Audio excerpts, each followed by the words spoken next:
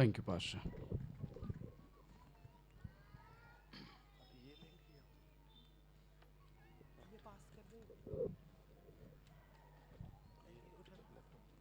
Hallelujah.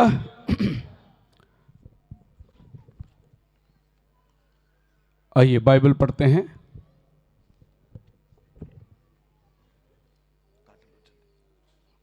आज के संदेश के लिए हम अपना ध्यान लेके जाएंगे। पहला राजा 13 अध्याय उसके 7 से 10 वचन तक पढ़ेंगे। पहला राजा, first king chapter 13 verse from 7 to 10। Board है क्या? यहाँ तक बोर्ड है? एक्स्ट्रा बोर्ड है? हारमोनियम इस पढ़िए आपकी भाषा में जिनको। 13 अध्याय 7 से 10 तक उठा के लो ऊपर।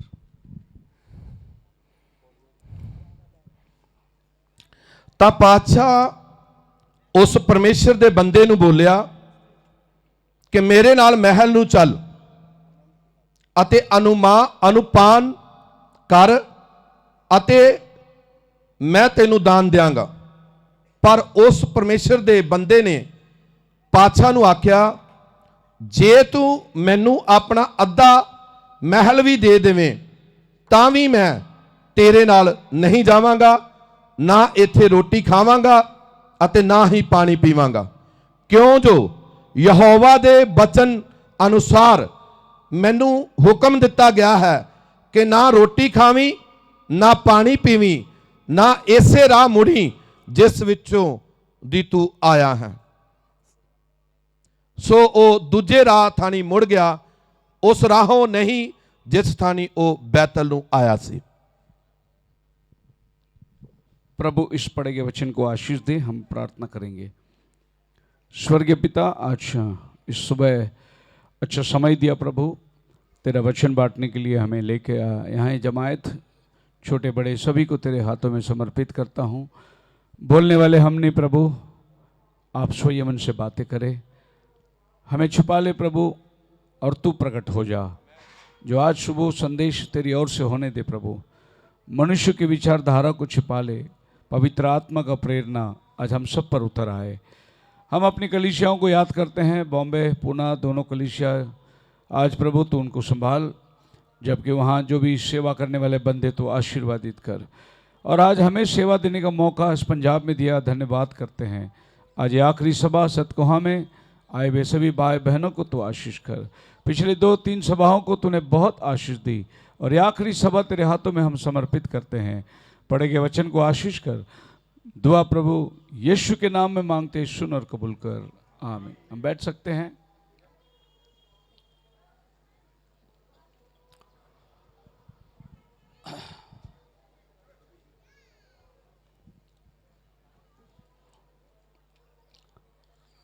हालेलुया।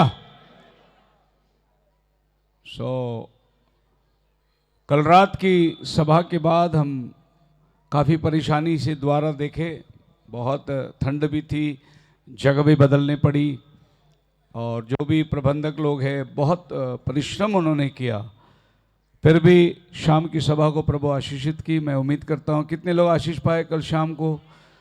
God bless you. आज इस खुले आसमान के तले अच्छी धूप के मौसम में बैठे हैं। वैसे आप लोगों के लिए तो ये सहज है, पर हम लोगों के लिए इससे पहले मौका हम लोग ने कल देखी कि मंडप पंडाल के अंदर धुएं आ रहे हैं, फॉग अंदर आ गया है, और कांग्रीगेशन पास्टर को नहीं देख पा रही है और पास्टर कांग्रीगेशन को नहीं देख पा रही है, ऐसे एक माहौल। एनी हाउ प्रभु ने अनुग्रह किया। आज सुबह फिर एक बार आपके सामने प्रभु ने मुझे खड़ा किया है। मैं अपने बॉम्बे की कलीसिया, पूना के कलीसिया, गुजरात की कलीसिया, सबसे आपको सलाम लाता हूँ, क्योंकि आज संडे आराधना का समय है। आप सब लोगों के लिए बॉम्बे वहाँ पर प्रार्थना हुई। प्रभु बहुत आशीष दे। आज शाम हम उम्मीद करते हैं कि प्रभु हम सबसे एक अजीब तरीके से बातें करेगा, और बैठे सेवक लोगों के लिए भी मैं दिल से आभारी हूँ जो आज हमारे बीच में हैं वचन सुनने के लिए। प्रभु ने कृपा किया, हम सब पर बड़ी रहम करी। हम सब उसी खेत में काम कर रहे हैं, प्रतिफल देने वाला हमारा परमेश्वर है। बोलो हालेलुया। और आप एक वक्त भी जो प्रभु की सेवा में गवाते हैं आप व्यर्थ नहीं जाएगा। हर एक चीज़ लिखी हुई है, यहाँ तक कि आपके आंसू भी वहाँ कटोरे में जमा होता है। जो आंसू की बूंद आप बहाते हैं प्रार्थना के रूप में वो इकट्ठा होता है, उसका भी प्रतिफल देने वाला परमेश्वर है। सो कल शाम समय कम होने के कारण मैं विषय को पूरा नहीं कर पाया।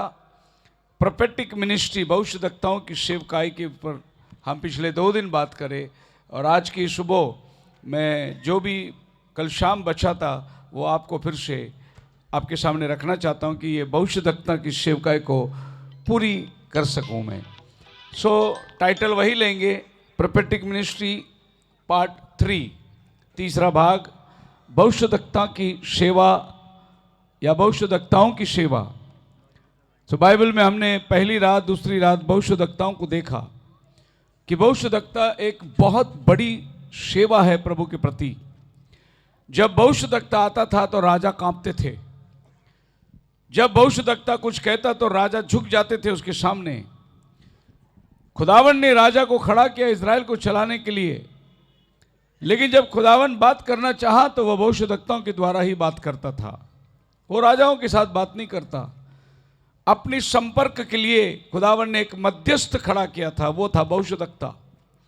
सो भविष्यद्वक्ता वो होते हैं जो खुदा की बात हमारे पास लाते हैं, और हमारे पास याजक होते हैं, पास्टर होते हैं जो हमारी बात खुदा के पास ले जाते हैं। आपने प्रार्थना करी, अभी मैं यहाँ खड़ा था, एक चिट्ठी आई मेरे पास, दुआ करनी है। ये हमारा काम है, आपकी बात खुदा के पास पहुँचाना ये हमारा काम है। लेकिन भविष्यद्वक्ता का काम क्या है? खुदा की बात आपके पास पहुँचाना। लोग तो आज बहुत से बोले मैंने दर्शन देख लिया, प्रभु ने मुझसे बात कर लिया। आज तो टेली इवेंजलिस्ट लोग टीवी में हम लोग बहुत अक्सर देखते हैं, प्रभु मुझे बता रहा है ये साल तुम इजराइल जाने वाले हो।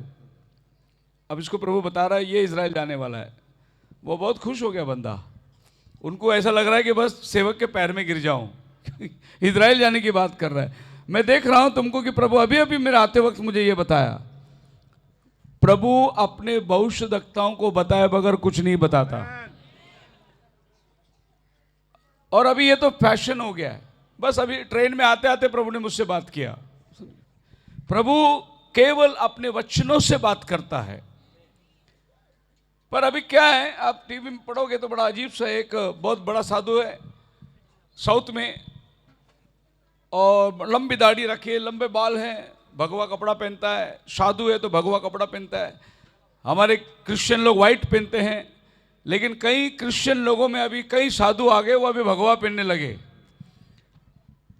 तो वो बोलता है कि प्रभु अभी इजराइल को भेंट करने वाला है।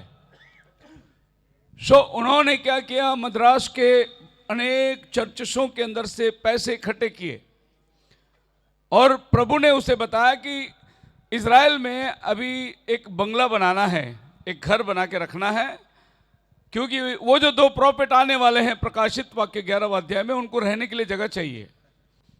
इसलिए इन्होंने ज़मीन खरीद के घर बना रहे इजराइल में अभी। अब देखिए प्रभु ने दर्शन दिया तो दिया, इजराइल में किसी को नहीं दिया, इंडिया वाले को दिया। अब इंडिया वाला पैसे जमा करके वहाँ पर इजराइल में घर बना रहा है कि जो प्रॉफिट आने वाला है मूसा और एलिया, इनके घर में रहेंगे वो। अब ये भी खुदा का अजीब बात है कि जो खुदा को नबी को भेज रहा है उसके लिए घर इनको इंतजाम करना पड़ रहा है। लेकिन बाइबल के नबी ऐसे नहीं थे। प्रभु ने एलिया को बोला जा सरपात में, मैंने एक विधवा के घर में तेरे लिए इंतजाम किया हुआ है। प्रभु ऑलरेडी इंतजाम करके भेजता है। तो ये जो दर्शन की बातें आजकल चल रही है, ये बिल्कुल इंसानियत तौर पे इंसान की विचारधारा में चल रही है। और उसमें मद्रास के बहुत बड़े बड़े लोग, बड़े बड़े मिनिस्ट्री, और मैं नाम लेने जाऊं तो वो मिनिस्ट्री ऐसे, डीजीएस दिनकरन की मिनिस्ट्री, दूसरा मिनिस्ट्री है मोहन सी लाजरस की मिनिस्ट्री, ये लाखों लोग जमा होते हैं। ये सब पैसे इकट्ठे कर रहे इजराइल में घर बनाने के लिए। अब आप सोच सकते हैं कि किस प्रकार के दर्शन है जो वचन के बाहर है। अब एलिया खुदावन को यह नहीं बोला प्रभु तू मुझे बंगला देना था, क्यों विधवा के घर में भेज रहा है? मैंने तेरे घर, विधवा के घर में तेरा इंतजाम किया है, विधवा के घर में होगा क्या? अकाल का समय है, पूरी देश में अकाल पड़ी हुई है, रोटी नहीं लोगों को खाने के लिए, पानी नहीं पीने के लिए, और प्रभु खुदा के बंदे को भेज भी रहा है। किसके घर में भेज रहा है? एक विधवा के घर में भेज रहा है, जिसके घर में एक ही रोटी का आटा है, एक ही रोटी का आटा। हालेलुया। अब ऐसे भी लोग वहां रहे होंगे जिनके घर में कम से कम महीना भर साल भर चलने वाली आटा होगा, लेकिन प्रभु उनके घर में नहीं भेजा। नहीं तो कल वो बोलेंगे खुदा का बंदा आया था, हमने संभाला, हमने खिलाया, बोलेंगे। खुदा ऐसे घर में भेजता है जिसके घर में आटा ही नहीं है, ताकि खुदा को सारी महिमा मिलना चाहिए कि वो आटा का इंतजाम मैं करूंगा, वो तेल का इंतजाम मैं करूंगा। बोलो हालेलुया। आजकल आप टीवी में देखते ही होंगे कि किसी को चंगाई मिल गई तो पास्टर जी उनके साथ में इंक्वायरी करता है, उनको पूछता है कितना दिखाई दे रहा है? 1, आंखें खुल गई, 2, अभी कितना है? 3, इतना दूर से दिखता है, अभी दिखता है तुमको? आंखें तो खुदा ने खोल दिया, लेकिन ये परीक्षण कर रहे हैं, 1 दिखता है कि 2 दिखता है? बोलो कितना? अरे आंखें खुल गई तो दिखेगा ही, उसमें 1 क्या 2 क्या? किसी के कान खुल गए, आ गया, बोला मैं बहरा था, कान खुल गए, पास्टर जी पूछते hello hello hello hello hello, अभी सुनाई दे रहा है? हेलो, अभी सुनाई दे रहा है? अब ये बैरोमीटर क्यों लगा रहे हो? जब खुदा ने कान खोल ही दिया है तो सुन लेगा वो जो भी है। लेकिन ये बताना चाहते कि देखो मैंने दुआ करी, अब सुन लिया, कान इतनी खुली है, इतना कान खुला है। अजी ये सब एक प्रकार का प्रभु के नाम में तमाशा चल रहा है। ये सिर्फ लोगों के लिए एक आकर्षण बन चुका है, और भीड़ के भीड़ लगी पड़ी है वहां जहां वचन नहीं है। और आज मैं सबसे प्राधान्य जो है वो परमेश्वर के वचन को देना चाहता हूं। हमारा संदेश ही वचन पर बेस्ड है। हालेलुया।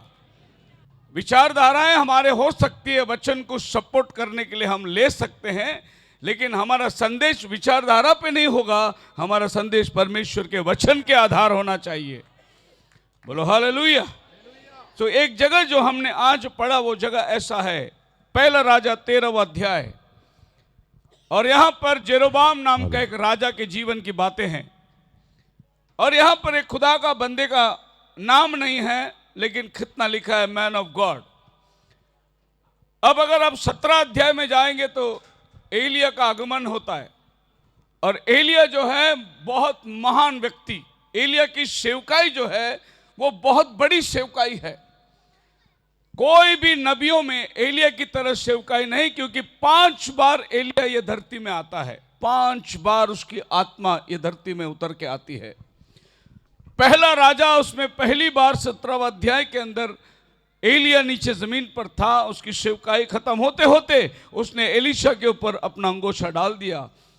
और जब एलीशा उस योरदान को पार करके यहां आया तो बेथेल वासियों ने कहा, क्या एलिया का आत्मा इसमें नहीं दिखाई देता? क्योंकि वो वही काम कर रहा था ये एलिया ने किया था। तो दूसरी बार एलीशा के अंदर आई। तीसरी बार बाइबल कहता है, लूक का पहला अध्याय 17 वचन में, यूहन्ना बपतिस्मा देने वाला एलिया की आत्मा से परिपूर्ण उसके आगे आगे चला। सो यहां पर तीसरी बार एलिया की आत्मा अपनी सेवकाई के लिए उतर के आता है। एलिया का जिंदा जाना यह जरूरी था, क्योंकि उसको बार बार धरती में आना है अपनी सेवा पूरा करने के लिए। इसके लिए बाकी कोई सेवक लोग नहीं, परंतु एलिया को अग्नि का रथ उसे जीवित उठा के लेके चला गया। चौथी बार हम मलाकी 4-5 के अंदर पढ़ते हैं कि बड़ा और भयानक दिन आने से पहले मैं एलिया नबी को भेजूंगा। और ये 4 अध्याय का नबी इस 20वीं सदी में भाई ब्रनम के अंदर उस सामर्थ को हमने देखा जो एलिया की सामर्थ उतर कर आई। एलिया की सामर्थ की पहचान क्या है?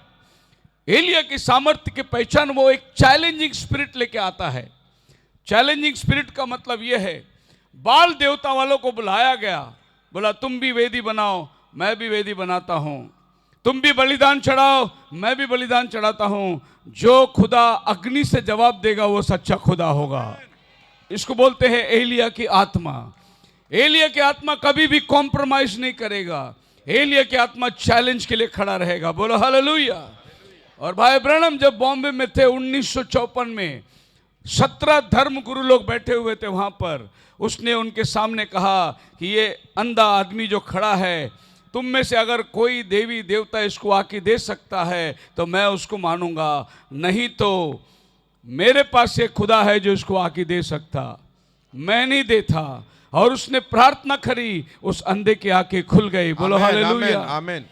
वो 17 धर्म गुरु के लोग आगे बैठे हुए थे, किसी ने नहीं कहा कि हम करते हैं, लेकिन नबी ने उनके लिए प्रार्थना करी। इसी बॉम्बे इलाके के अंदर 1954 में भाई कला के अंदर प्रभु ने अपने नाम की महिमा करी थी। अब नबी जब दिन भर घूम रहे थे, उनके मंदिर में गए, उनके मंदिर में गए, जैन लोगों ने अपने मंदिर में लेके गए, हिंदू लोगों ने अपने मंदिर में लेके गए, और भाई ब्रनम सबके मंदिर में जाके आया। तब लोगों ने उसको पूछा कि आप इनके मंदिर में क्यों गए? तो भाई ब्रनम ने कहा, मैं उनके मंदिर में इसलिए गया ताकि शाम को वो अपनी मीटिंग में आए। हालेलुया। क्या बोला? अगर मैं इनको मना करता कि मैं तुम्हारे मंदिर में नहीं आ सकता तो शाम को ये अपनी सभा में नहीं आएंगे, इसीलिए पहला मैं गया उनकी सभा में और उनको शाम को बुलाया, और शाम को प्रभु यीशु मसीह की महिमा नबी ने दिखाया उनको कि यही जिंदा खुदा है। हालेलुया। आप मेरे साथ हैं? भाई ब्रनम को हार का फूल पिनाए, माला पिनाए। ये अमेरिका का पद्धत नहीं था, लेकिन जब वो एयरपोर्ट से बाहर आया तो उसको हार पहना दिए। उसने कबूल किया, बोला कि हर देश का अपना अपना तौर तरीका है स्वागत का। भारत वंश ऐसा स्वागत करता है, मैं आपका आदर करता हूँ। उसको ढेर सारे हार पहना दिए। एक खुदा का बंदा है जो जर्मनी से आता है, आपने उसका सुना है या मालूम नहीं, इंडिया में बहुत आता था, उसका नाम था इवॉल्ड फ्रैंक। अभी कुछ महीनों पहले वो प्रभु के पास चले गए। 85 साल के थे, 150 कंट्री में वो सेवा करते थे। 85 साल की उम्र में 150 कंट्री में, बहुत महान आदमी थे। और भाई ब्रनम के साथ में 10 साल उन्होंने सेवा किया। और जब पहली बार उन्होंने सेवा में उतरने के टाइम भाई ब्रनम के अपॉइंटमेंट में बैठे हुए थे, उस समय में सामने टेबल में बैठा है, और उस समय जर्मनी जो है ईस्ट और वेस्ट में बटा हुआ था। इसके बीच में बर्लिन वॉल दीवार थी।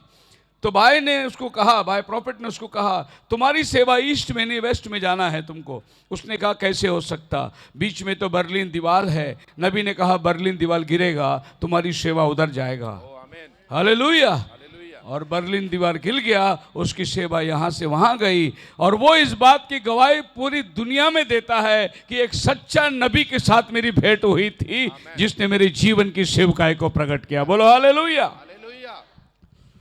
सो ये बंदा एक बार जर्मनी से फ्लाइट पकड़ के इंडिया आने वाला था, और कुछ कारणवश उसकी गाड़ी देरी हुई, एयरपोर्ट पहुंच नहीं पाया, फ्लाइट उड़ गई, और वही फ्लाइट का एक्सीडेंट हो गया। और वो एक्सीडेंट होने के बाद में इंडिया में एयरपोर्ट में बॉम्बे में सब प्लेन में जितने लोग थे सबकी फोटो लगा के हार लगा दी। उसमें इवॉल्ड फ्रैंक का फोटो भी लगा के हार चढ़ा दिया गया कि इवॉल्ड फ्रैंक मर गया, लेकिन इवॉल्ड फ्रैंक जर्मनी में जिंदा है। और आज भी भाई बंदा इवॉल्ड फ्रैंक इंडिया आएगा तो सबसे पहले वो लेटर बताता है, एयरपोर्ट टिकट जो उस दिन खरीदा था, जो प्लेन के एक्सीडेंट हुई थी।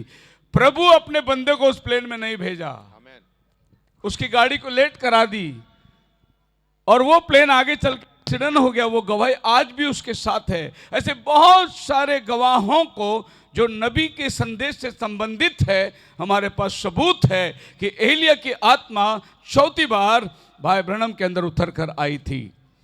5वीं बार एलिया की आत्मा प्रकाशित वाक्य 11वें अध्याय में 2 नबी आते हैं इज़राइल में, उनमें से एक है एलिया और दूसरा मूसा है, लेकिन लोग नहीं मानते। लोग बोलते 2 आदमी बाइबल में जिंदा गया, वो हेनोक और एलिया था, इसीलिए हेनोक और एलिया दोबारा मरने के लिए आना है। लेकिन बाइबल कहती है ये 2 आदमियों ने अपना काम को जब प्रकट किया, एक आसमान को बंद किया। बाइबल में आसमान किसने बंद किया? दूसरे ने पानी को खून बनाया। बाइबल में पानी को खून किसने बनाया? जवाब आपके पास ही है।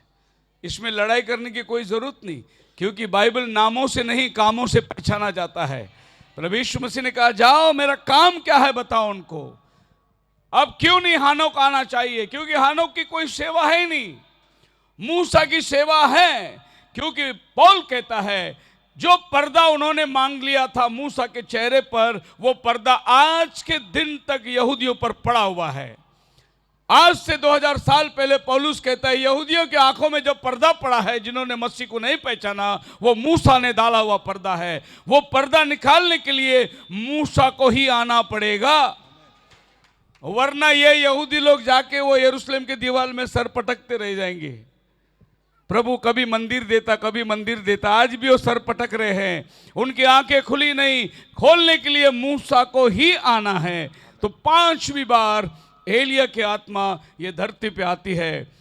17वां अध्याय के जस्ट पहले अभी मैं आपको ये बताना चाहता हूं कि एलिया की सेवा इतनी बड़ी सेवा क्यों है और क्यों प्रभु ने एलिया को भेजा। क्योंकि इज़राइल की परिस्थिति बिगड़ चुकी थी। सुलेमान ऑलरेडी मूर्ति पूजा में गिर चुका था और उसके 2 बेटे राजपद के लिए लड़ाई कर रहे थे। एक का नाम था रेहोबाम और दूसरा का नाम था जेहोबाम। अब जेहोबाम की स्टोरी हम लोग पढ़ते हैं। यह यहूदा में राज्य कर रहा है क्योंकि इज़राइल 10 गोत्र और 2 गोत्रों में बंट गई। और रेहोबाम जो है वो वहां राज्य कर रहा है जहां 2 गोत्र है, और जहां 10 गोत्र है जेहोबाम राज्य कर रहा है। अब जेरोबाम के दिमाग में एक बात आई। उसने क्या किया, बेथेल में वेदी बनाई, इसलिए कि अगर यहूदी लोग वहां जाएंगे जेरूशलेम में, क्योंकि जेरूशलेम में मंदिर थी, तो कहीं ये उस राजा के साथ ना हो जाए, इसीलिए उसने यहां वेदी बनाई। बोली अभी वहां जाने की जरूरत नहीं, हम लोग यहीं आराधना करेंगे। इसीलिए उसने एक वेदी बनाई, लेकिन वो वेदी यहोवा के लिए नहीं, वो वेदी उसने बाल देवता के नाम पे बनाई। एक बछड़े की वेदी बनाई और इजरायलियों को बांध कर रखने के लिए वो एक वेदी को तैयार किया, जबकि हर यहूदी जेरूशलेम में जाना ये परमेश्वर ने दिया हुआ नियम था। लेकिन अपनी कुर्सी संभालने के चक्कर में, गद्दी संभालने के चक्कर में, कि अगर लोग जेरूशलेम जाएंगे तो कहीं उस राजा को, रेहोबाम को ना सपोर्ट करे, इसीलिए इनको बोला ये जरूरी नहीं कि तुम अभी वहां जाना। इन्हीं बातों को आप यूहन्ना के 2 अध्याय में पढ़ सकते हैं। 4 अध्याय में जब यीशु मसीह उस समरी स्त्री से मिला था, वो समरी स्त्री कहते फिर क्यों यहूदी कहते हैं कि आराधना के लिए जेरूशलेम में जाना है। ये वही वचन है जो पुराने नियम में आराधना के लिए जेरूशलेम में जाना पड़ता था। अभी जब ये 13वां अध्याय में आप आते हैं, पढ़िए पहला राजा 12वां अध्याय उसका 28 वचन और फिर 13वां अध्याय पहला वचन पढ़िए। हाँ, पहला राजा 12:28। इस उत्ते पातशाह ने सलाह करके सोने ਦੇ 2 ਵੱਛੇ ਬਣਾਏ जी, ਅਤੇ ਉਹਨਾਂ ਲੋਕਾਂ ਨੂੰ ਆਖਿਆ ਕਿ ਯਰੂਸ਼ਲਮ ਨੂੰ ਚੜਨਾ ਤੁਹਾਡਾ ਵਾਧੂ ਹੀ ਹੈ। हाँ, ਵੇਖ हे ਇਸਰਾਇਲ, हे इज़राइल, ਆਪਣੇ ਦਿਉਤੇ ਜਿਹੜੇ ਤੈਨੂੰ ਮਿਸਰ ਦੇਸ਼ ਤੋਂ ਕੱਢ ਲਿਆਏ। हाँ, ਤਾਂ उसने 2 बछड़ा बनाया सोने का और उनसे कहा कि आपको अभी जेरूशलेम में जाकर बलिदान करने की जरूरत नहीं, परंतु तुम यहीं पर प्रभु का बलिदान कर सकते हो। और ये 2 बछड़ा है, यही बछड़े ने तुम्हें मिस्र देश में से बाहर निकाल के लाया था। अब आप ये जान सकते हैं कि मिस्र देश से आने के टाइम जब मूसा पर्वत पर गया तो हारून ने उनको सोने का बछड़ा बना के दिया था, जिसकी आराधना उपासना शुरू हो गई। देखिए हमारे हिंदुस्तान में बछड़े को मानने वाले लोग हैं और ये अपने आप को कहते हैं हम सनातनी धर्म है। तो ये सनातनी धर्म जो है आपको यहाँ लेके जाती है बाइबल में, जहाँ पर बछड़े की उपासना करने वाले थे। आप मेरे साथ हैं? आमीन। इनका गुरु था हारून। बोले लाओ तुम्हारी सोना चांदी।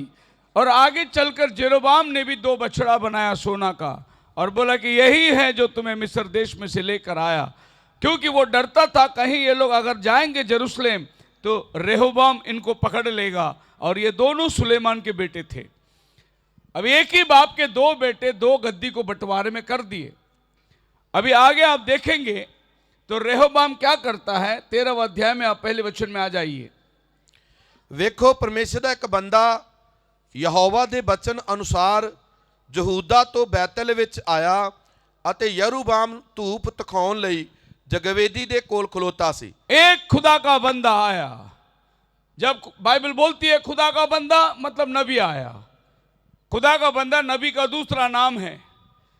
हे मनुष्य का पुत्र, प्रभु ने यिर्मयाह को बुलाया, वो नबी का दूसरा नाम है। मतलब नबी कभी खुदा के बंदे कहलाते थे, कभी मनुष्य का पुत्र कहलाते थे, कभी वो नबी के रूप में कहलाते थे। तो यहां पर नबी आया और जेरोबाम राजा को क्या देखता है, बेथेल में वो मूर्ति के सामने खड़े रहकर धूप दान जला रहा है। अब खुदा का बंदा आकर उसके सामने खड़ा हो गया। जब भी खुदा का बंदा आता है तो राजा कांपते हैं। अब पता नहीं क्या संदेश लाया इसने, पता नहीं क्या बोल के चला जाएगा, क्योंकि वो आता है खुदा के पास से और वो क्या बोल के जाएगा ये मालूम नहीं। राजा परेशान हो जाते हैं। एक बार ऐसा हुआ था, दाऊद राजा उरिया को मरवा दिया, उसकी पत्नी को ले आकर अपने घर में रखा। पूरी राज्य वाहवाह कर रही थी, क्या राजा है, कितनी रहम दिल वाला है। लेकिन नातान नबी आकर खड़ा हो गया और उसने एक दृष्टांत सुनाया उसको। जैसे नया करार में प्रभु यीशु मसीह दृष्टांत सुनाता है, पुराने नियम में भी बहुत सारे दृष्टांत है। एक दृष्टांत उसने ऐसे सुनाया, हे राजा, एक बड़े अमीर आदमी था जिसके पास बहुत भेड़ बकरियां हैं। उसके सामने एक गरीब था जिसके पास एक ही भेड़ थी। अमीर के घर में मेहमान आ गया, उसने गरीब का भेड़ लेकर उनको पका के खिला दिया। राजा कुर्सी से उठा, बहुत झुंझला गया, बोला कौन है वो आदमी अपने राज्य के अंदर। नातान ने बोला तू ही है। बोला मैं? हाँ, तेरे पास महलों में रानियों से भरा हुआ है। वो बेचारा उरिया का एक पत्नी को मरवा डाला, उसको ले आके तो अपने पास रखा है। राजा दाऊद सोचा कौन देखता है, लेकिन खुदावन देख रहा है। आमीन। उसने नबी को भेज दिया उधर। तो जब भी नबी आते थे राजा उठ के खड़ा हो जाता था, पता नहीं अभी ये क्या बोल के जाएगा, क्योंकि जो बंद कमरे में होती थी वो नबी को वहां दिखाई देता था। आमीन आमीन। बोलो हालेलुया हालेलुया। एक बार ऐसा हुआ, भाई ब्रनम कहीं मुल्क में थे, कन्वेंशन को लगभग 2000 किलोमीटर दूर थे और उनका बेटा बिली पॉल इंटरव्यू में बैठा हुआ था। सामने वाले ने उसको सवाल पूछा और बिली पॉल को जवाब देने नहीं आया। इतने में उसके टेबल पे फ़ोन बज गई और वो इंटरव्यू करने वाले ने फ़ोन उठाया। हेलो, आवाज़ आई, मैं भाई ब्रनम बोल रहा हूँ, तुमने मेरे बेटे को जो सवाल पूछा उसको जवाब नहीं मालूम, जवाब मैं दे रहा हूँ करके उसको जवाब दे दिया। उसने फ़ोन रख दिया नीचे। तो बिली पॉल पूछते क्या हुआ साहब, किसका फ़ोन था? बोला तेरा बाप का फ़ोन था। तेरा बाप है किधर? मेरे बाप तो कन्वेंशन में है। बोले कन्वेंशन में? फिर वो ये क्या बातें देख रहा है? तो भाई ब्रनम के सामने टीवी खुल जाती थी। यस आमीन। और टीवी में सारी बातें दिखाई देती थी उसको। एक बार भाई ब्रनम के पास स्टेज में एक आदमी आया और भाई ब्रनम पर बहुत भड़क गया। इसलिए भड़का कि ब्रदर ब्रनम ने उसकी औरत के बारे में कुछ भविष्यवाणी कर दी थी। उसकी औरत को बोलो तू अपने ऑफिस में चक्कर चला रही है, पश्चाताप कर, नहीं तो खुदा की ताड़ना पड़ेगी। तो वो औरत कबूल करी, लेकिन उसका हस्बैंड उठ के आया, बोला तुम्हारी क्या मजाल, इतने पब्लिक के सामने तुम्हारी मेरी औरत की बेइज्जती उतारी। तुम खुदा का बंदा नहीं हो, तुमने मेरी औरत के इतने लोगों के सामने अपना अपमान किया। सो भाई ब्रनम ने उसको देखा और टेलीविजन खुल गई। बोले साहब मैं देख रहा हूं आप अपने सेक्रेटरी के साथ में गार्डन में बैठ के आइसक्रीम खा रहे हैं। वो बंदा बोला सॉरी, क्षमा करो। तो भाई ब्रनम के आगे आप खड़े रह के झूठ नहीं बोल सकते थे। वही एलिया की आत्मा, वही नबियों की आत्मा इस 20वीं सदी में हमारे जीवन में काम करते चली जा रही थी। हालेलुया। बिल्कुल वही दृष्टांत वो देखते थे, वही काम को उन्होंने प्रकट। ये बात और है कि दुनिया उनको क्या मानती है, लेकिन बाइबल जो सबूत देती है एक नबी का होना, वो सारे सबूत हम इनमें पाते हैं। इसीलिए हम उसको क्या मानते हैं? नबी मानते हैं। बोलो हालेलुया। हालेलुया। ये बात और है कि कुछ लोगों ने अभी नबी के नाम में बपतिस्मा चालू कर दिया, वो देख लेंगे, लेकिन हम तो उसको नबी मानते ही हैं। उद्धार एक नाम पे है, यीशु नाम में उद्धार है। बोलो हालेलुया। आसमान जमीन में एक ही नाम है जिसके द्वारा हम उद्धार पा सके। अब ये रेहोबाम वेदी के पास खड़ा है और खुदा का बंदा आता है, उसको कहता है सुन, तेरी हालत जो है अब खराब हो गई, और उसको भविष्यवाणी करता है प्रभु अभी तेरे राज्य के साथ क्या करने वाला है। जो वेदी पे तू खड़ा है अभी, यह वेदी फट जाएगा, दुभाग हो जाएगा और इसके राख तीतर बितर हो जाएंगे। मतलब तू जिस वेदी के सामने खड़े रह के जो देवता बनाए और यहूदियों को तो कहा वहां मत जाओ, यहीं आराधना करो, मैंने तुम्हारे लिए, अब ये वेदी फट जाएगी।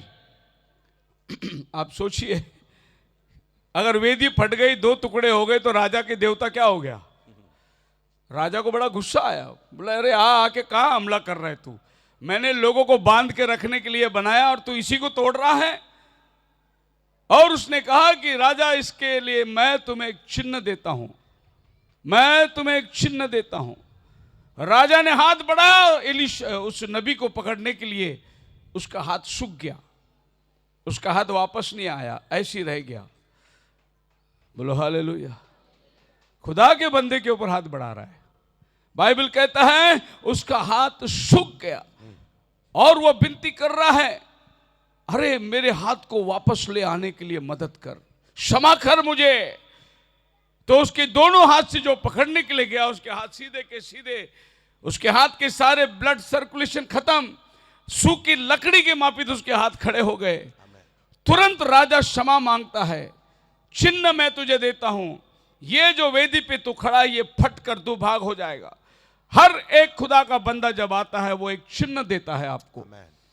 प्रभु स्वयं चिन्हों से पहचाना जाता है। एक बार यीशु मसीह के पास भी लोगों ने बोला हमें चिन्ह दिखा। प्रभु ने कहा योना के चिन्ह के अलावा तुम्हें और कोई चिन्ह नहीं दिया जाएगा। जब उन्होंने प्रभु के पास चिन्ह मांगे, प्रभु ने भी उनको चिन्ह दिया कि योना जिस तरह 3 दिन मछली के पेट में था, वैसे जिस दिन 3 दिन मैं धरती के अंदर रहूंगा, तुम जानना मैं कौन हूं। एक रात निकोदेमुस यीशु के पास आया, बोला आप ऊपर से आए हैं, क्योंकि कोई साधारण आदमी ये काम नहीं कर सकता जो आप करते हैं, पर मुझे एक चिन्ह चाहिए। निकोदेमुस को उस रात प्रभु ने कहा, जैसा मूसा ने सर्प को लटकाया जंगल में, वैसा जब लोग मुझे लटकाएंगे तो जान लेना मैं कौन हूं। उसको भी प्रभु ने एक चिन्ह दिया, क्योंकि खुदावन का काम करने का तरीका ही ऐसा है कि वो एक चिन्ह देकर भेजता है। चिन्ह जो है विंडिकेशन। जॉन द बैप्टिस्ट जब बपतिस्मा दे रहा था, प्रभु यीशु मसीह आया, उसने लोगों को कहा यह जगत का पाप उठा ले जाने वाला मेमना है। क्यों? क्योंकि जिसने मुझे भेजा उसने मुझे एक चिन्ह दिया, जिसके ऊपर तो कबूतर उतरते देखेगा, पवित्र आत्मा आके ठहरेगा, वही मेरा भेजा हुआ मेमना है। हालेलुया। सो यूहन्ना चिन्ह को लेकर आया प्रचार करने के लिए, और जब वो प्रचार करते तो उनके पास चिन्ह होता है। चिन्ह जो है परमेश्वर इस बात के लिए देता है कि वो जो कह रहा है वो सही है। इसका अनुमान के लिए प्रभु उनको चिन्ह दे रहा है। एलियाजर गया जंगल में 10 ऊंट को लेकर इसहाक के लिए लड़की ढूंढने गया, और गांव के बाहर एक कुएं के पास खड़ा हो गया। बोला हे प्रभु, यहां तक तो तूने मेरा सफर को तय किया, अब मैं तेरे सम्मुख में एक चिन्ह रखता हूं। मैं जिस लड़की से कहूं मुझे पानी पिला, और वो लड़की कहे ले मैं तेरे ऊंटों को भी पिलाती हूं, वही लड़की होने दे मेरे स्वामी के लिए चुना हुआ दुल्हन। खुदा के सामने एक चिन्ह रखा उसने, मुझे ये चिन्ह दे ताकि मुझे पता चले कि यही वो लड़की है। अब आप जान सकते हैं कि एक लड़की को पानी दे तो वो तो दे देगी पानी। चिन्ह इतना कठिन था कि वो लड़की कहे पीछे मैं तेरे ऊंटों को भी पिलाऊंगा पानी। ऐसा चिन्ह मांगा था उसने, जो एक सहन लड़की, साधारण लड़की कभी नहीं कर पाएगी, क्योंकि एक ऊंट कम से कम 150 लीटर से ज्यादा पानी पीता है। 10 ऊंट पानी पीगी 1500 लीटर पानी। और ये वो पानी नहीं था नल खोल दिया पानी आ गया, ये तो कुएं से पानी खींच के देना है। और कोई भी लड़की नहीं देगी, क्योंकि आज की लड़कियां घर में मम्मी बोलती है अंकल को पानी दे, तो बोलती मैं पढ़ाई कर रही हूं तू दे। ऐसे आज का लड़की लोग है, तो 1,500 लीटर पानी कब कुएं से निकाले और कौन सा रबेका देगी, लेकिन जो पानी देगी वो रबेका होगी। हालेलुया। और आज जिन घर में रबेका होगी वो पानी देगी, आमेन। सेवा करेगी, वो काम से मुखर के नहीं जाएगी। ये चिन्ह उसने मांगा था। और जैसे वो गया, उस लड़कियों के उस पानी भरने को आ रही थी, सीधे उसने रबेका से पूछा, मुझे पीने को पानी दे। उसने बोला, ले पी, मैं तेरे ऊंटों को भी पिलाती हूँ। पानी पिलाई, दौड़ के गई, फिर पानी उठाई और फिर हौद में डाला, और ऊंट पी रहे हैं, फिर पानी उठाई, फिर डाला हौद में। आप अंदाज लगाओ, 10 ऊंट पानी पीने तक रबेका पानी निकाल रही है, पानी निकाल रही है। एलियाजर ने उसको पकड़ के उसको कंगन पिलाया। तो बेटी किसकी है? हालेलुया। वो गौर के जा अपने घर में बताया, और हम देखते हैं इसहाक के लिए तैयारी हो चुकी। प्रभु चिन्ह दे रहा है, और रबेका को पूछा गया कि क्या लड़की चलेगी हमारे साथ? रबेका के भाइयों ने कहा, उसी से पूछ लो, अगर वो जाना चाहती है तो लेके जाओ।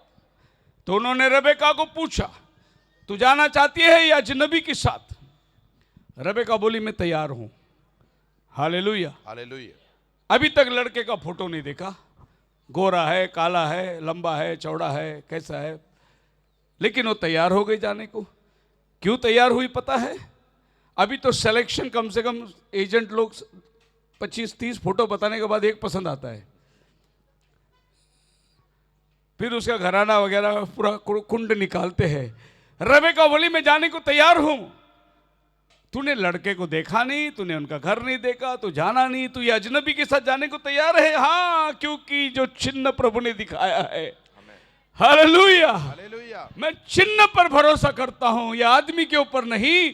जो काम प्रभु ने इस आदमी के द्वारा दिखाया उसके ऊपर मैं भरोसा करता हूं। आज ये जरूरी नहीं मैं जो भी बोलता है आप मानना है, ये जरूरी नहीं, लेकिन मैं जो भी वचन के आधार पर बोलूंगा उसको आपको मानना ही पड़ेगा।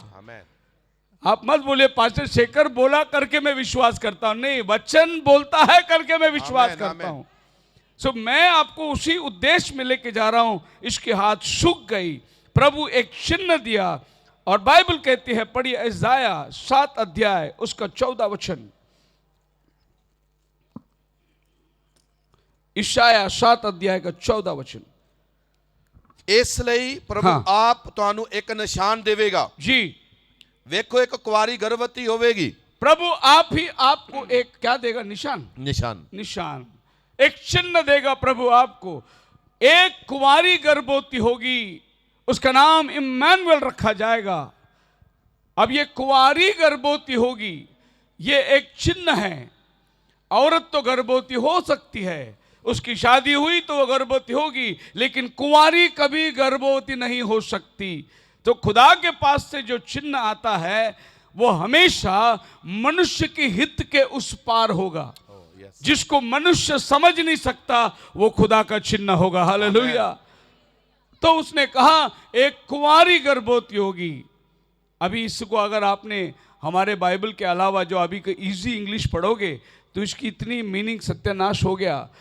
NIV बाइबल में इजी इंग्लिश में लिखा है, अ वुमन विल कंसीव, औरत गर्भवती होगी। अजी वो तो होगी, कुंवारी गर्भवती नहीं होगी। सो प्रभु जो चिन्ह देता है वो एक कुंवारी गर्भवती होगी।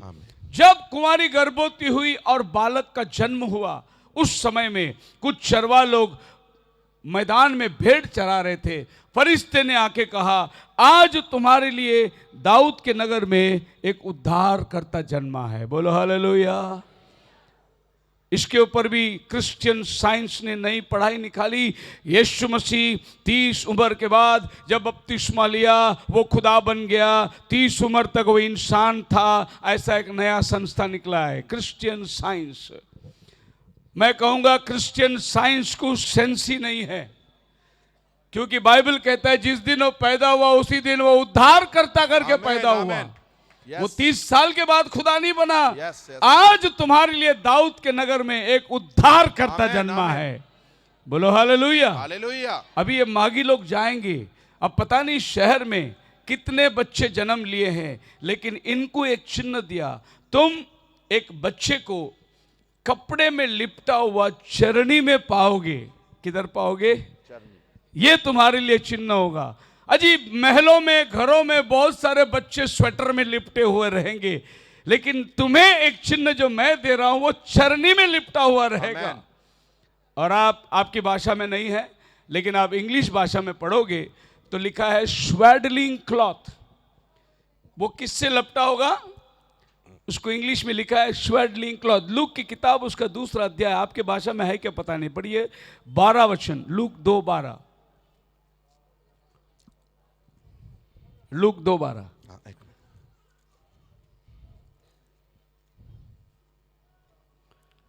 या जल्दी पढ़ो।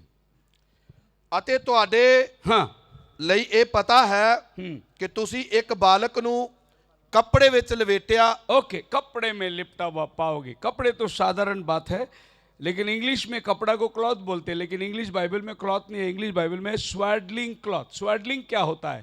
स्वेडलिंग क्लॉथ अगर आप डिक्शनरी में ढूंढोगे तो आपको पता चलेगा, ये जो बैल होता है उसके ऊपर जो लंगर रखते हैं ना, लकड़ी, उसके बीच में जो कपड़े रखते हैं ना, उसको बोलते हैं स्वेडलिंग क्लॉथ, ताकि वो लकड़ी जो है बैल के कंधे को ना घिसे। तो उधर एक कपड़े रखते हैं, कपड़े बांधते हैं, उसके ऊपर वो लकड़ी रखते हैं ताकि वो लकड़ी बैलगाड़ी को आगे खींचे, उसको बोलते हैं स्वेडलिंग क्लॉथ। अब आप सोचिए, दुनिया बनाने वाला ये धरती में आया, उसको लपेट के रखने के लिए कपड़े भी नहीं थे मरियम के पास। उन्होंने वो बैल के कंधे में जो कपड़ा था वो कपड़े लेकर उसको लपेट के रखा। बोलो हालेलुया। ऐश्वर्यवान परमेश्वर जब ये धरती में आया, वो कंगाल बन के आया, उसको लपेट के रखने के लिए कपड़े भी नहीं थे। इसके लिए इंग्लिश बाइबल जो है हर एक शब्द का राइट मीनिंग देता है, और वो मीनिंग को आप समझोगे तो आपको पता चलेगा। तुम्हें एक बालक स्वेटर में लिपटा हुआ नहीं, चादर में लिपटा हुआ नहीं, बैल के कंधे में जो लकड़ी रखते हैं ना, उसको जो लपेटते हैं, वो कपड़े में लिपटा हुआ तुम्हें मिलेगा। कहाँ मिलेगा? चरनी में मिलेगा। हालेलुया। लेकिन ये जो मागी लोग गए थे यीशु को देखते, ये महल में पहुंच गए और राजा हेरोद के पास जाके पूछे, राजा पैदा होने वाला है, किधर है? हेरोद ने अपने मंत्रियों को बुलाया, बोला कि राजा पैदा होना, मेरे घर में तो कोई बच्चा हुआ, राजा का बच्चा का राजा के घर में पैदा होगा ना। मंत्रियों ने शास्त्र खोल के देखा, लिखा है मीका की किताब में, ए बेथलेहम, तू जो छोटा है, तुझ में से एक राजा पैदा होने वाला है। तो शास्त्रियों ने हेरोद को बताया, लिखा है। तो हेरोद ने पूछा, तुम्हें कैसे मालूम? बोले, हमने पूर्व में उसका तारा देखा। फिर एक बात चिन्ह आ गई, पूर्व में उसका तारा देखा। तो हेरोद ने पूछा, तुमने तारा कब देखा? तो उन्होंने राजा को बताया होगा तारा कब देखा, और राजा ने कहा कि तुम जाओ, उसको नमन करके आओ। मैं भी उनको नमन करना चाहता हूं, मुझे भी बताओ वो कहां है। और जैसे वो बाहर निकले तो उनको फिर वो तारा दिखा, और वो तारा उन्हें वहां ले गया जिधर यीशु था। बोलो हालेलुया। अब प्रकाशित वाक्य 1 अध्याय 20 वचन खोल के पढ़ोगे तो लिखा है, उसके दाहिने हाथ में 7 तारे हैं, और ये 7 तारे, यूहन्ना पूछता है कौन है? बोले, ये 7 कलीसिया का भेजा हुआ दूत है। हालेलुया। सो जो तारा संदेश को लेके आता है वो दूत को दर्शाता है। हमने उसका तारा देखा। कब देखा? आपको बाद में समझ में आता है तारा कब दिखाई दिया।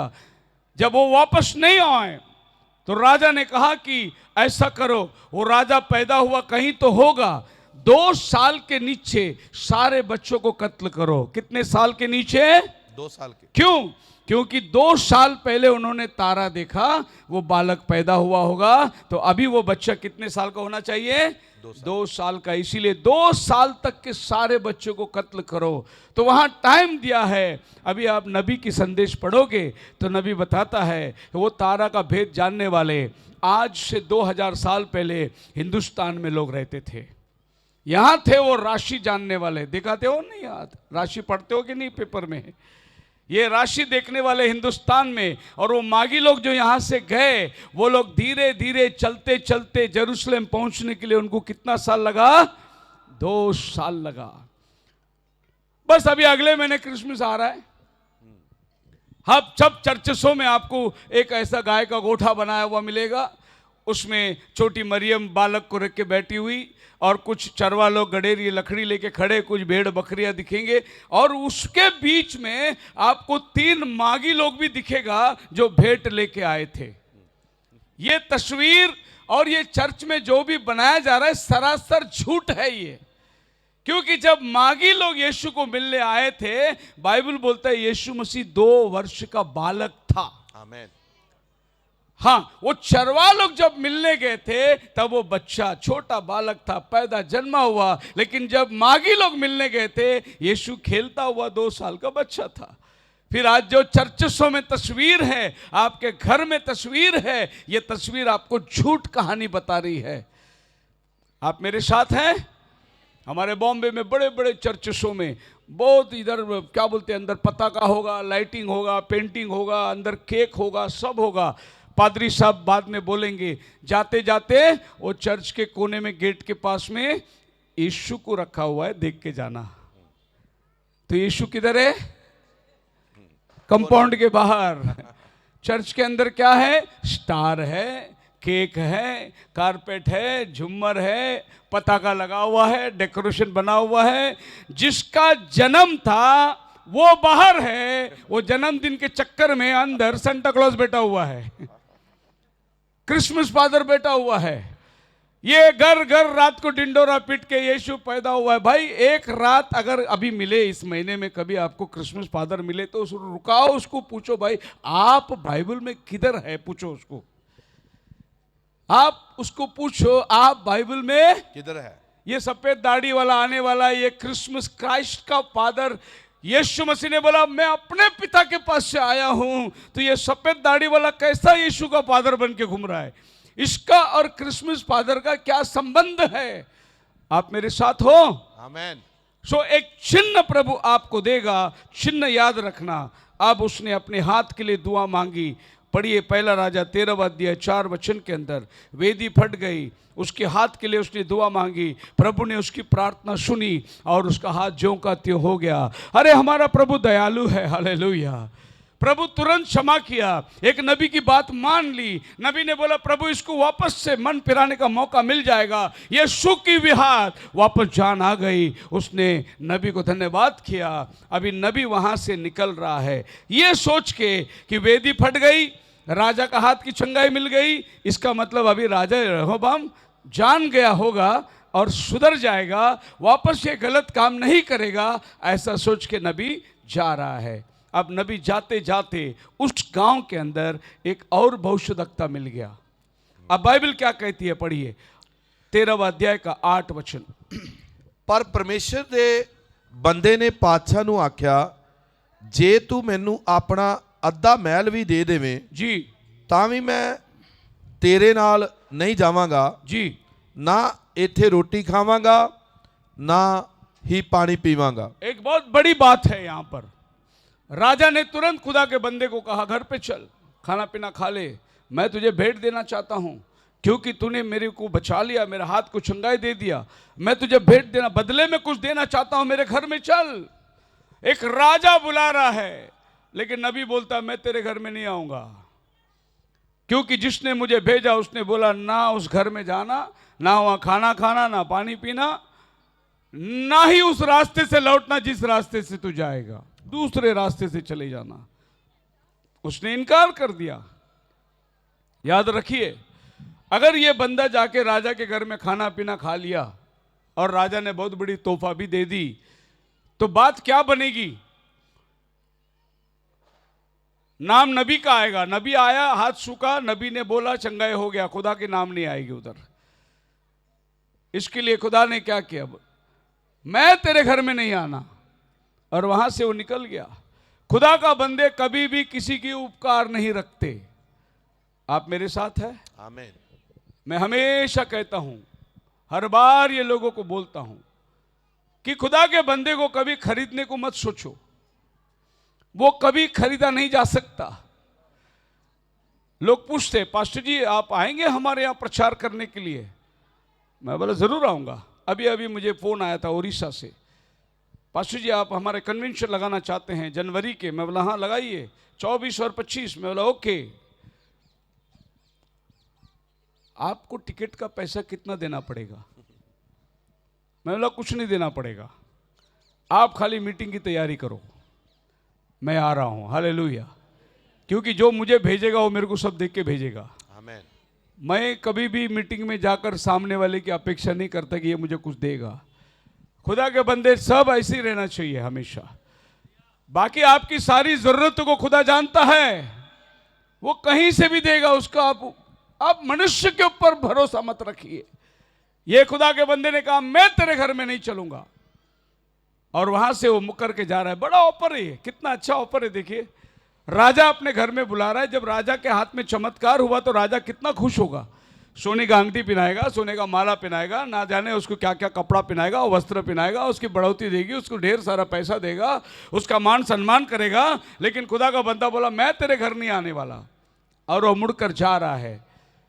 और ये बातों को देखकर कुछ भविष्यद्वक्ता के बच्चों ने जाकर अपने बाप को बताया।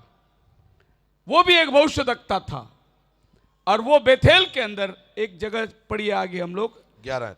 हाँ पढ़िए। ਬੈਤਲ ਵਿੱਚ ਇੱਕ ਬੁੱਢਾ ਨਬੀ ਵਸਦਾ ਸੀ जी। ਉਸ ਦੇ एक बूढ़ा नबी था बेथेल में। अभी जब बात बेथेल की निकलती है तो याद रखना, बेथेल जो है नबियों का स्कूल था। उधर नबी लोग उधर पढ़ाई करते थे। और जब जेजेबेल ने बाल देवताओं को उपासना करने वाले सभी उनकी नबियों को लेकर आया तो उनके लिए एक बड़ा स्कूल बनाया था उसने। इसीलिए एलिया ने उन 400 नबियों को बोला आ जाओ उधर, और उसने सबको घाट उतार दिया। करमेल पर्वत पर परीक्षा हुई थी। सो ये नबियों को पालने का एक बहुत बड़ा जगह थी बेथेल।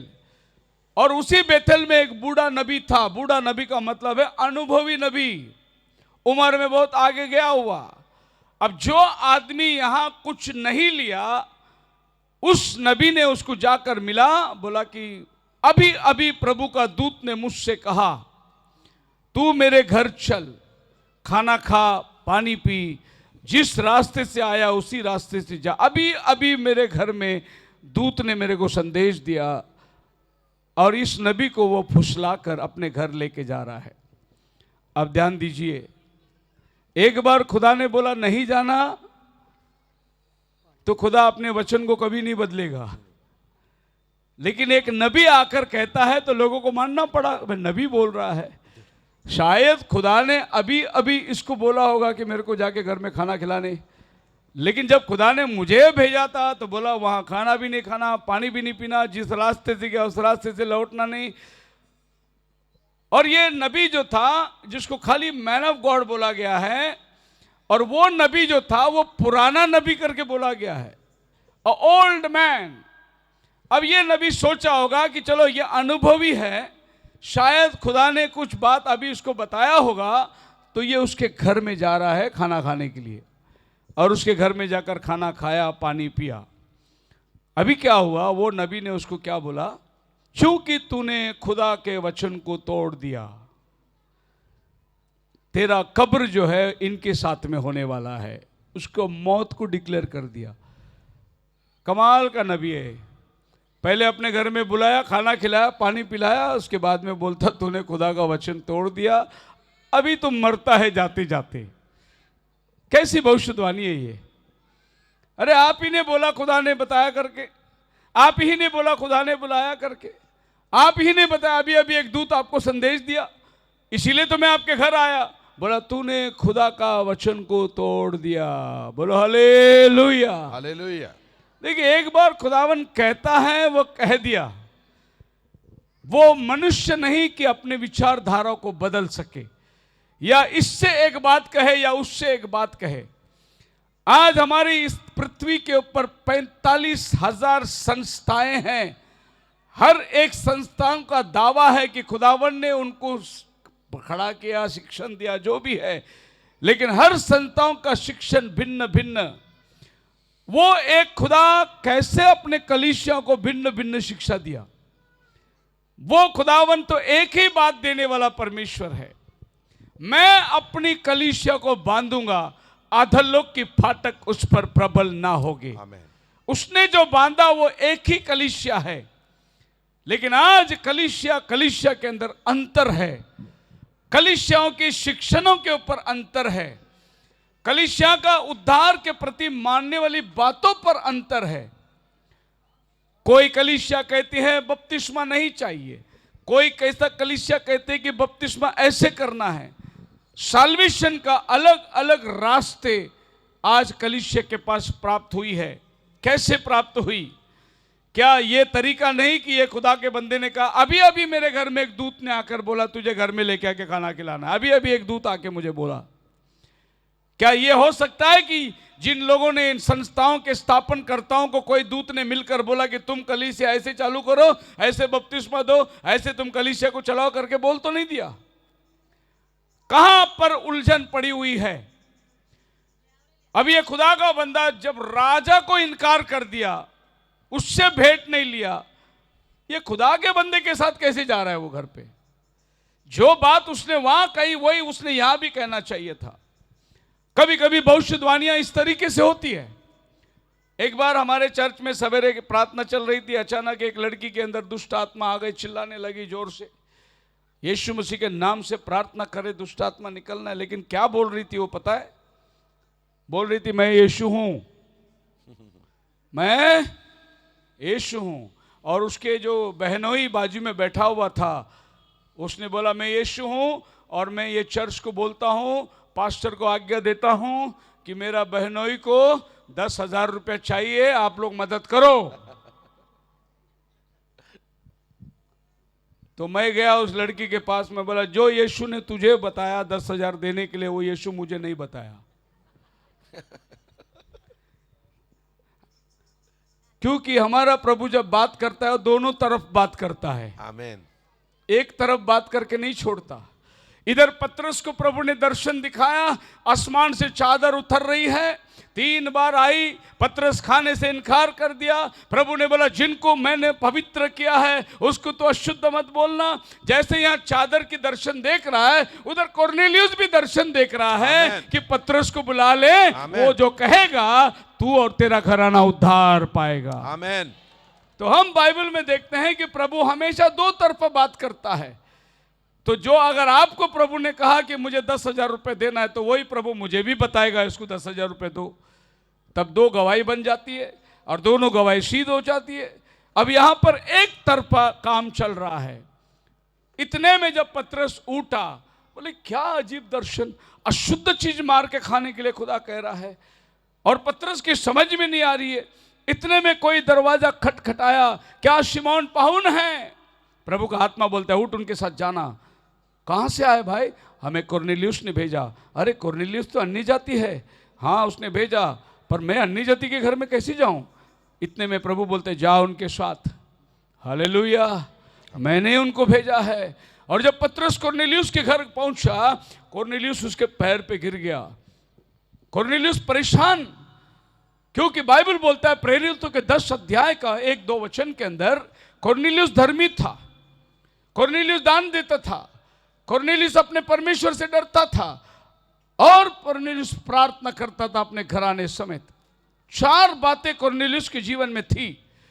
एक और चीज उसके जीवन में आना जरूरी था, क्योंकि कोर्नेलियुस की दर्शन ऐसी है, तेरा भेंट प्रभु के पास पहुंचा है, लेकिन प्रभु उसको ग्रहण नहीं कर सकता, क्योंकि प्रभु पापियों के हाथ से नहीं लेता।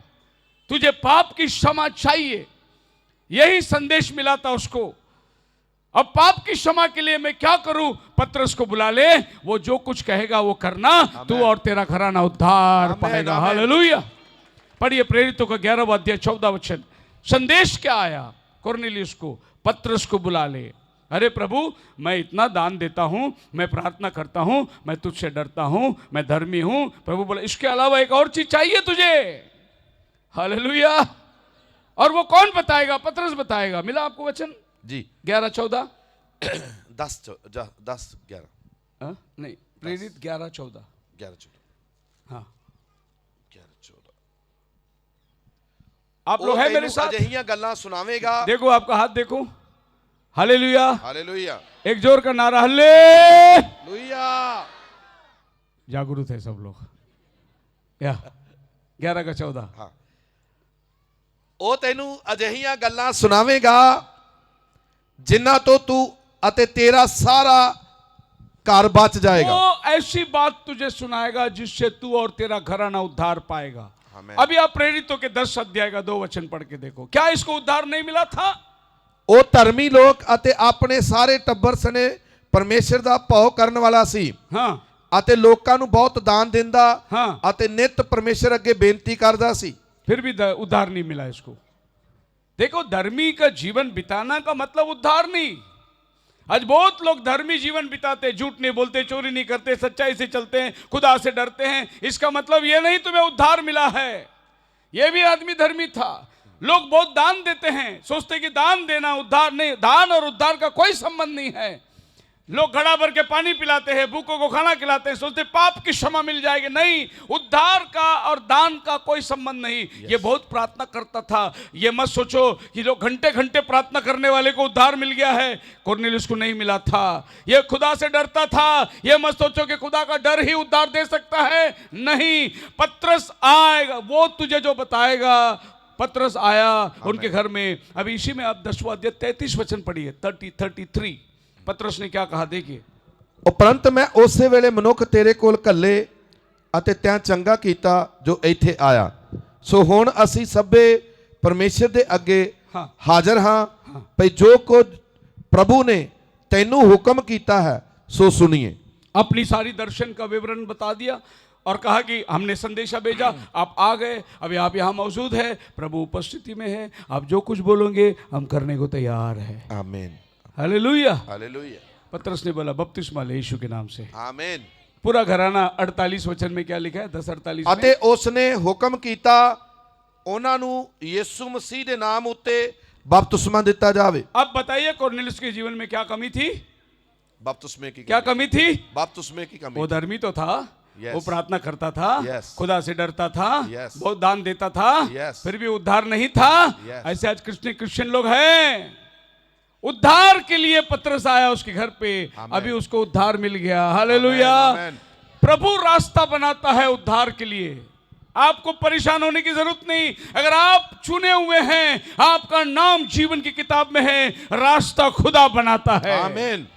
हमारे पास एक ऐसा कुआं है, हमें नहीं जाना है कुएं के पास, कुआं हमारे पास आता है। कुआं प्यासे के पास। बोलो हालेलुया। हालेलुया। वहां एक औरत पानी भरने को आई, 5 पति कर चुकी थी, जीवन में शांति नहीं, तलाश कर रही है कि कोई तो मुझे सुकून दे। प्रभु यीशु मसीह कुएं के पास जाकर बैठ गया और प्रभु ने क्या बोला उससे, अगर तू मुझसे पानी मांगा होता तो मैं तुझे जीवन का जल देता।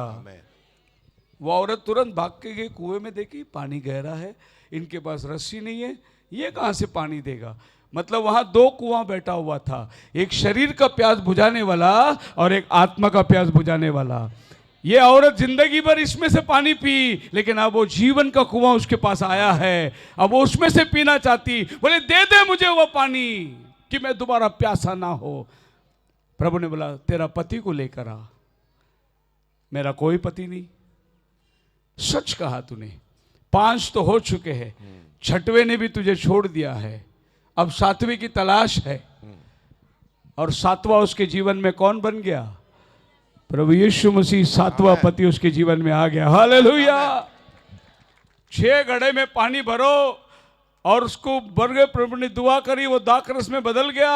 उन्हें मालूम नहीं 7वां घड़ा उधर ही खड़ा है जो वो पानी को दाखरस बनाने वाला। 6 घड़ा उधर थी, 7वां यीशु मसीह उधर पहुंच गया। आमीन। अभी औरत को बोला अब अपने पति को लाओ। सही बात है, तेरे पास नहीं है। बोले आप मेरे जीवन के बारे में कैसे जानते हैं? आज तो हमारी पहली मुलाकात है। तो आपके जीवन में और उसमें असंभवता समस्या खड़ी हो गई। सबसे पहला समस्या वो औरत ने बोला आप यहूदी होकर हमसे पानी कैसा मांगते हैं? जात पात की समस्या आई। हम सामरी है, आप यहूदी है, यहूदी हमारे हाथ से पानी नहीं मिले। दूसरा असंभवता, कुआं गहरा है, आप पानी कैसे देंगे? असंभवता आपके जीवन में बहुत आएगी। मैं कैसे प्रार्थना में जाऊं? जी, जिंदा खुदा जीवन का पानी देने वाला यही देता है। अगर प्रभु ने आपको बुलाया तो आप जरूर उसके पास जाइए। इस औरत ने घड़ा फेंक कर चली गई। प्रभु धीरे धीरे उसके जीवन के अंदर प्रवेश कर रहा है। कैसे प्रवेश कर रहा है? पढ़िए यूहन्ना की किताब। और उस औरत ने प्रभु से बात करते करते क्या बात करी? सबसे पहले उसने बोला, 9 वचन पढ़िए।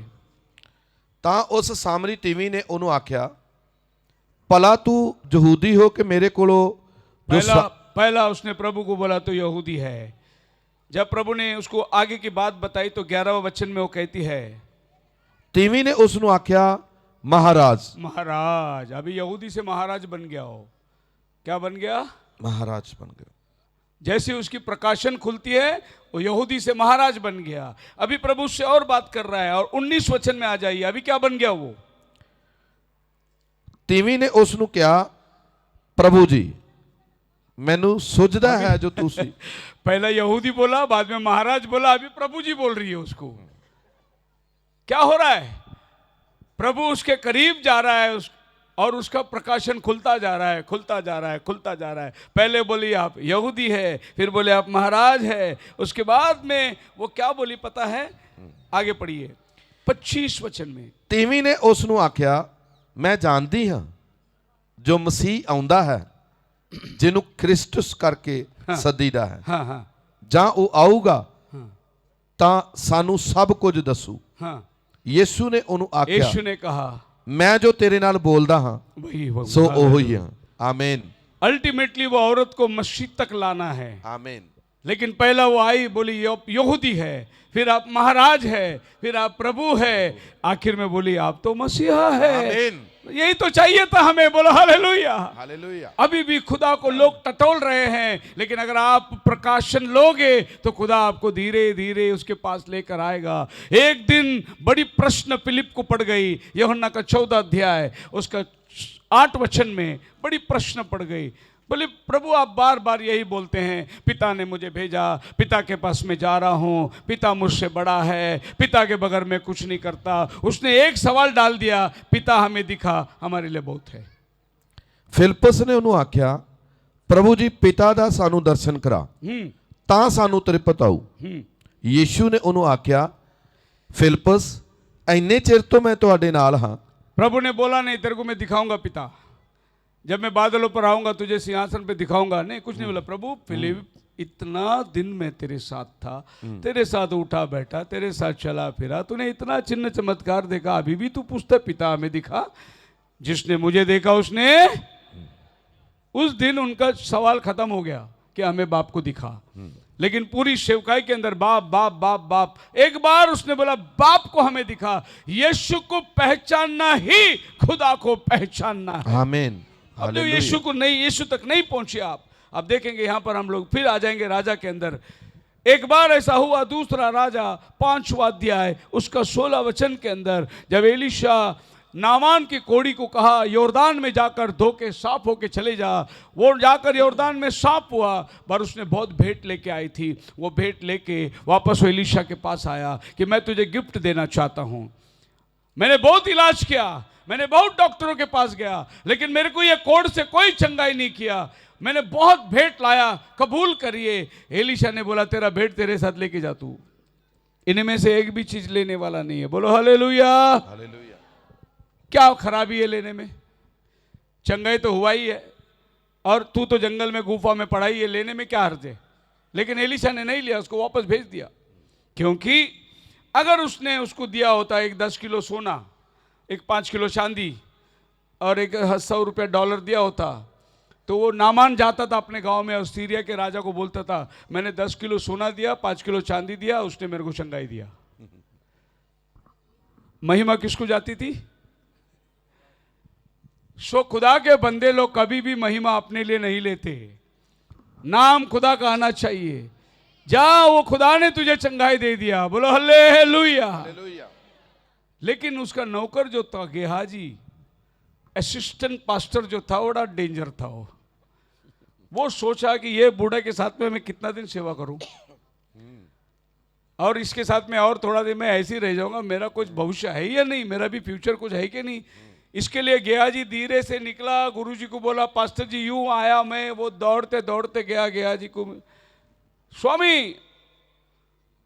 बोले क्या बात है, आप बोल के निकले ही थे, कुछ लोग आए हमारे गुरुजी के पास, उनको कुछ जरूरत है, तो मेरे स्वामी ने बोला आपसे मांग के दे दे। तो नामान बोला यार मैं तो सब देने के लिए तो लाया, जो मांगता है तुझे लेके जा। उसने चुन ली, थोड़े कपड़े थोड़े सोने चांदी ले ली उसने, और दौड़ता हुआ घर में गया।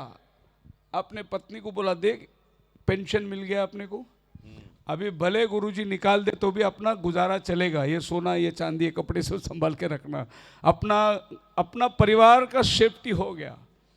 और वहां से आकर फिर एलिशा के पास खड़ा हो गया।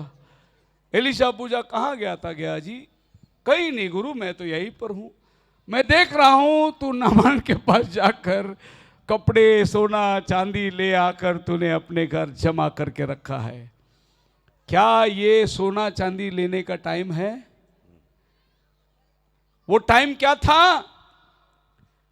इज़राइल भटक रही है, अहाब राजा जो है वो बुरा काम करते जा रहा है, जेजेबेल रानी पूरी यहूदियों के नबियों को मार रही है, क्या ये सोना चांदी जमा करने का टाइम है? एलिशा ने कहा क्योंकि तूने उसके पैसे की लालच करी, उसका कोड़ भी तुझे लग जाए। उसी समय वो सफेद कोड़ से भर गया। पैसे के लालच में आज बहुत लोग कोड़ से भर चुके हैं। सो यहां पर हम देखते हैं परमेश्वर कुछ बदले में लेता नहीं। अभी आगे जाएंगे हम लोग 13वें अध्याय में, बस अभी हम लोग खत्म करेंगे, टाइम भी हो गया है।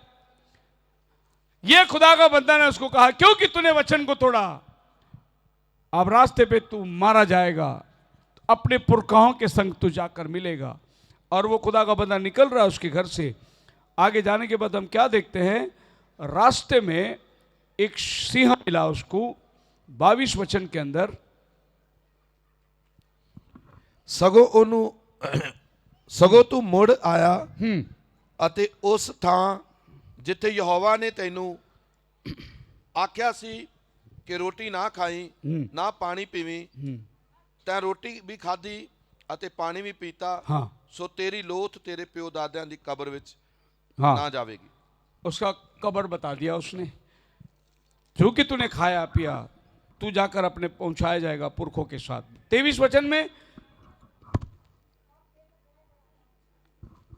and it came to pass that he had eaten bread ਤਾਂ ਇਉਂ ਹੋਇਆ ਕਿ ਜਦ ਉਹ ਅੰਨ ਜਲ ਖਾ ਪੀ ਚੁੱਕਾ ਤਾਂ ਉਸਨੇ ਆਪਣੇ ਖੋਤੇ ਉੱਤੇ ਉਸ ਨਬੀ ਲਈ ਜਿਹਨੂੰ ਉਹ ਮੋੜ ਲਿਆਇਆ ਸੀ। ठीक, काठी पाई। क्या देखते हैं कि रास्ते पे जा रहा था गधे पर, एक सिंह मिला, वो सिंह ने नबी को मार दिया। नबी की लाश पड़ी है, गधा जिंदा खड़ा है, सिंह भी उधर ही बैठा हुआ है। इन बातों को देखकर नबी के बच्चों ने जाकर नबी को कह दिया कि अभी अभी अपने घर से जो आदमी गया वो मरा पड़ा है। कैसे मरा पड़ा है? एक सिंह ने आकर नबी को मार दिया, नबी मर गया। अब सिंह ना तो नबी को खा रहा है ना गधे को खा रहा है, पर वो क्यों आके मारा? एक जंगली जानवर आके मारता है, वो इत्तेफाक नहीं था, बाय चांस नहीं था, बैड लक नहीं था, क्योंकि उसने खुदा का वचन को तोड़ा, खुदा ने उसको उधर मारा। अब वो जाकर वहां जाकर, अरे ये क्या हुआ? अब सिंह को अगर खाना था तो नबी को खा लेता या तो गधे को खा लेता। पर आप और हम ये सोचेंगे, जिस नबी ने उसको झूठ बोला, सिंह उसको मारना चाहिए था जाके। ये तो बेचारा उस नबी के ऊपर विश्वास किया, इसको मार दिया। ये आपका और मेरा ख्याल हो सकता है, लेकिन याद रखना उसने जो झूठ बोला उसका हिसाब किताब लिखा है, प्रभु उसको चुकाएगा। लेकिन तूने क्यों झूठ बात पर विश्वास किया? क्या तुझे मुझ पर भरोसा नहीं? अगर कोई आकर तुम्हें कुछ कह दे कि ये ऐसा नहीं ऐसा है और तुम उसको मान लोगे, तुम बहक जाओगे। यह नबी के साथ वही हुआ। उसने कहना चाहिए था, जब प्रभु ने मुझसे कहा वहां खाना पीना नहीं, वापस लौटना उस रास्ते से नहीं जहां से तू जाएगा, मैं वही करूंगा जो खुदा ने मुझसे कहा है। चाहे वो नबी कहने दो, चाहे वो पास्टर कहने दो, चाहे वो बिशप कहने दो, अगर वो वचन के बाहर कह रहा है तो वो गलत कह रहा है। अगर वो वचन के अंदर से बता रहा है तो वो सही बता रहा है। आपको ध्यान वचन पर लेके जाना बहुत जरूरी है। उस दिन खुदा ने उससे बात करी, लेकिन आज खुदा ने बोला हुआ वचन आपके हाथ में है। हर एक बात को आपको वचन के साथ तौल के देखना बहुत जरूरी है। कोई ऐसी चीज के ऊपर अविश्वास मत करो जो वचन से बाहर है, जिसका मुलाकात वचन के अंदर नहीं मिलती। ऐसी बातों को आप अपने जीवन में कभी मत अपनाओ, चाहे वो किसी के भी द्वारा आए। ये जुना भविष्यद्वक्ता, पुराना भविष्यद्वक्ता, उसने आकर बोला अभी अभी खुदा ने मुझसे कहा। ऐसा कभी नहीं हो सकता। खुदावन ने जो भी कहा वो सब बाइबल में लिखा है। हालेलुया। दर्शन और स्वप्न के द्वारा खुदावन आज बात कर सकता है, लेकिन जो लिख के देना था वो सब प्रभु ने लिख के दे दिया। नबी कहता है आज खुदावन किधर मिलेगा? लोग ये चर्च में, वो चर्च में, वो चर्च में लोग घूमते हैं मारे मारे। उधर रिवाइवल हो रहा है, उधर बड़ी कन्वेंशन चल रही है। खुदा वहां नहीं मिलेगा, खुदा अपने वचन में मिलेगा। हालेलुया। खुदा का मिलने का एक ही जगह है, उसका वचन है। हालेलुया।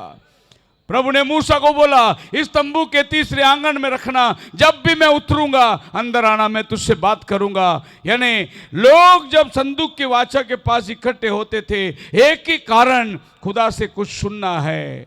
खुदा अब हमसे बातें करेगा। एक ही कारण है परमेश्वर के वचन के पास लोगों को आना कि खुदा का आज का संदेश क्या है। पुराने नियम में प्रभु ने कहा नबी को मैंने तुझे वॉचमैन करके बनाया है।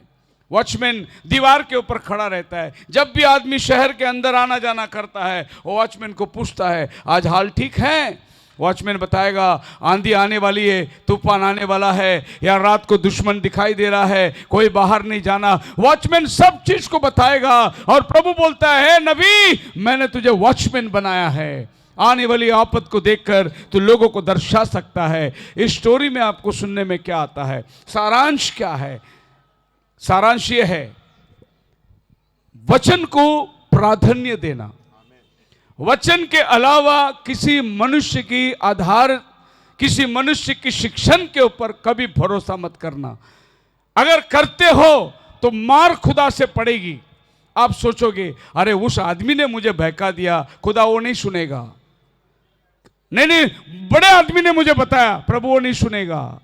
मैंने क्या बताया उस पर तू शंका क्यों किया, ये खुदा पूछेगा तुमसे। इसीलिए कभी भी याद रखना, न्याय के दिन में तुम अपने पादरी साहब को, पास्टर को, बिशप को, रेवरेंड को दोषी नहीं कर सकते। खुदा वो नहीं पूछेगा कि तूने किससे बात को सुन लिया, परंतु प्रभु पूछेगा तूने मेरे वचन पर कैसा शंका किया। यही हिसाब खुदा आपसे पूछता है। We cannot make excuse. गलती करास पहला अध्याय 8 वचन में पौल कहता है हम या आसमान से कोई फरिश्ता भी आए, जो सुसमाचार हमने सुनाया इसके अलावा कोई और सुसमाचार हो वो श्रापित हो। पौल कहता है एक बार खुदा ने सुसमाचार का संदेश भेजा है, इसे छोड़कर अगर कोई और संदेश आएगा वो श्रापित है। मेरे पास रिकॉर्ड पड़ा हुआ है, इन सदियों के अंदर कितनी कितनी संदेश आती चली गई। लोग किस तरीके से बहकते बहकते आज परमेश्वर के वचन से मीलों दूर जाकर बैठे हैं, सिर्फ एक संस्थाओं के आधार पर। बाइबल कहता है friends there are many noises around us. हमारे इर्द गिर्द बहुत वचन है। इसी पंजाब का एक बहुत बड़ा सेवक कहता है पता है आपको यूहन्ना का सर क्यों कट गया? क्योंकि यूहन्ना ने यीशु के ऊपर शक किया, इसके लिए उसका सर कट गया। हाजी यूहन्ना ने शक नहीं किया। यूहन्ना तो कहता है मैं जिसको पवित्र आत्मा से उतरते देखूं यही है, उसको मालूम है। लेकिन यूहन्ना जेल में बैठा है और कहता है अपने चेलों से जाकर उससे पूछो आने वाला वही है क्या कोई और है? हम किसी और का इंतजार करें। अब ये यूहन्ना का चेले जो जेल के बाहर बैठे हैं कि हमारा पास्टर आएगा, हम सेवा चालू करेंगे, उनको मालूम नहीं उनका पास्टर का सेवा खत्म हो गया है। वो प्रभु ने उसको जेल के अंदर डाल दिया है। अब ये लोग गए उधर यीशु के पास, पूरे दिन यीशु के साथ रहे, चिन्ह चमत्कार देखे और आखिर पूछे प्रभु आने वाला आप ही है क्योंकि ये अपेक्षा कर रहे थे। यीशु के आगे जॉन रास्ता बनाने को आया और जॉन अभी जेल में गया, तो यीशु आना चाहिए, जामीन देना चाहिए, हमारा पास्टर को छुड़ाना चाहिए, उसके आगे आगे रास्ता बनाने के लिए तो वो आया था। अब प्रभु तो ध्यान भी नहीं दे रहा हमारी तरफ में, आने वाला आप ही है, कोई और है। प्रभु ने कहा जाके कह दो अंधे देखते हैं, लंगड़े चलते हैं। और वो लोग वहां से आए यूहन्ना के पास, क्या बोला? बोला, उसने बोला अंधे देखते हैं, लंगड़े चलते हैं। फिर यूहन्ना ने बोला, फिर इधर क्या कर रहे हो, जाओ ना उधर। मैं तुम्हें इसीलिए भेजा कि इधर रहेगा तुम्हें कुछ नहीं, मेरा काम खत्म हो गया। वो बड़े मैं घटूं, अब मेरा कुछ काम नहीं है, उसके पीछे जाओ। यूहन्ना को शक नहीं था, शक वो बाहर बैठे वालों को था। इसीलिए प्रभु ने बोला जाओ जरा अनुभव तो करके आओ, यहां क्या कर रहे हो। लेकिन बंदा प्रचारक यहां पे बोल रहा है यूहन्ना ने शक किया, इसीलिए उसके गर्दन को प्रभु ने काट दिया। अरे यीशु खुद कहता है मां के पेट से पैदा होने में यूहन्ना बपतिस्मा देने वाले से बड़ा कोई नहीं था। फिर ये बंदा कहता है वो शक किया करके। एक और बंदा ये सब ज्यादा पंजाब से आती है, ये ज्यादा पंजाब से उठती है, क्योंकि पंजाब में बड़ी बड़ी चर्च लगती है, 5-5 लाख की चर्च लगती है, यहीं से ये सब शिक्षण उठ के आता है। एक शिक्षण ऐसी आई, आपको मालूम है, सारा के वजह से प्रभु ने पूरा राजा का घर के घराने को बांझ करके रख दिया। और फिर अबीमेलेक ने विनती करी और तभी प्रभु ने सबका गर्भ खोल दिया। उस समय सारा भी गर्भवती हुई। अबीमेलेक का प्रार्थना से सारा गर्भवती हुई। अबीमेलेक ने बोला मेरे गर्भ को खोल दे। कहां का कहां लेके चल रहे वचन को। इसीलिए सावधान रहना, वचन के बाहर अगर कोई बातें आप सुनो कभी विश्वास मत करना, नहीं तो जैसा वो सिंह ने उस नबी को मार डाला, ऐसी ये दुनिया में कोई आपत्ति आके तुम्हें ना मार डाले। खुदावन आप सबको बड़ी आशीष दे। प्रार्थना के अंदर जाएंगे।